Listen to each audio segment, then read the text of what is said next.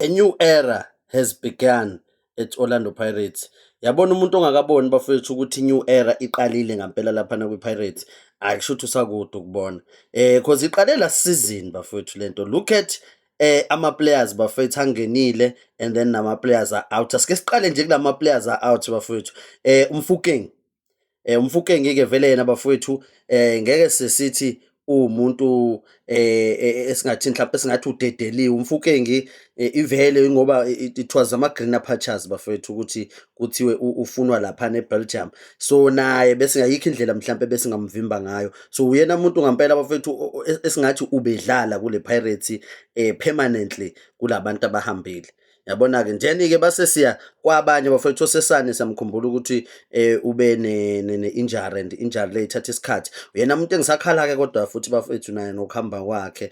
uNdlozi uNdlozi ubedlala kodwa ubengadlali wonke amagame. oKhoto bevele bekumaloni, oNgiba, uRaseboja, uSeth Green bedlala kwi-DDC noSonwabo, uGilberto hayi vele didn't live to expectation. uKimvidi bafethu, uKimvidi naye omunye umuntu futhi owayethengwe highly rated laphana kwi-Orlando Pirates. uShandu, uLebitso, uMbule, uMabasa, uButhelezi, uVan Rooyen, uMaswanganye. But look at the quality bafethu yalama players i-Orlando Pirates ewadedelile. Look at the quality.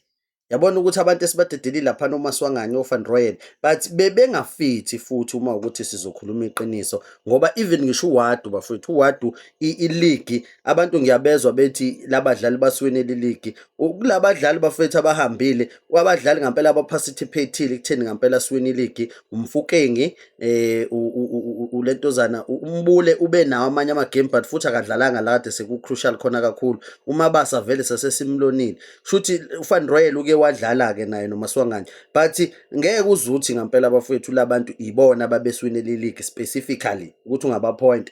No, Umfukeng-ke ya Umfukeng vele yena phela Umfukeng was our best player bafethu, uwine ngisho i-Betway Premiership Player of the Season.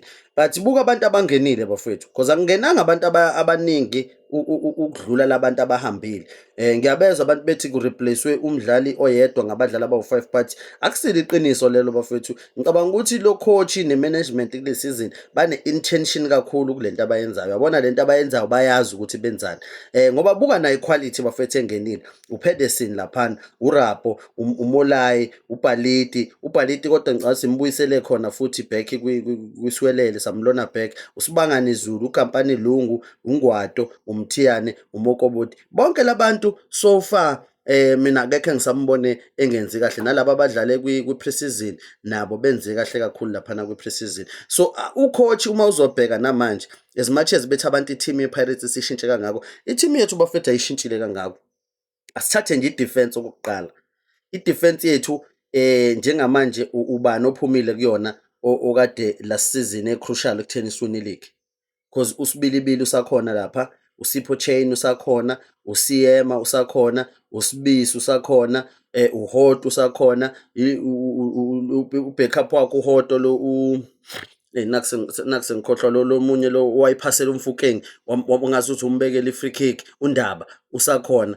Uyabona nje shuthi lapha ku-backline still is-stable cause ngisho ibhenchi uDladla umuntu futhi obevele khona. So leli agenda yokuthi kuthiwe njengamanje iPirates isishintshe kakhulu bafethu ukuthi team esiwinele i-league amanga lawo bafethu. Base siye esiswini uMbatha usakhona.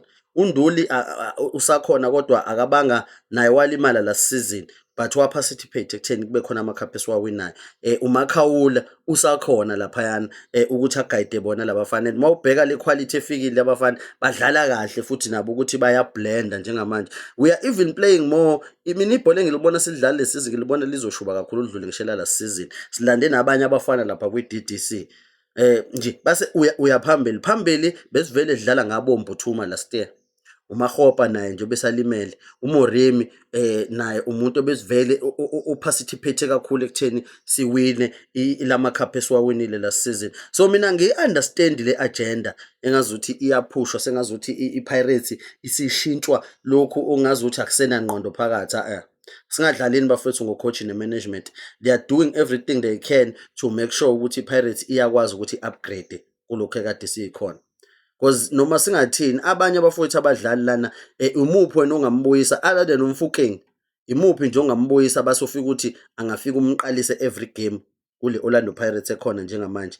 Uma ukuthi ukhona ngiyafuna ukuthi nawe ukhomente ngaye ukuthi ubani wena othi la badlali bonke abahambile ungambuyisa uphinde ufike ubhentshi omunye. Ngiyazi abantu abaningi vele bazoya lapha kuMabasa ukuthi uMabasa ungambhentshisa, but kuleli ibhola likaWadu uzokwazi nokuthi enze zonke lezi zinto ezenziwa uMbuthuma egrawundini.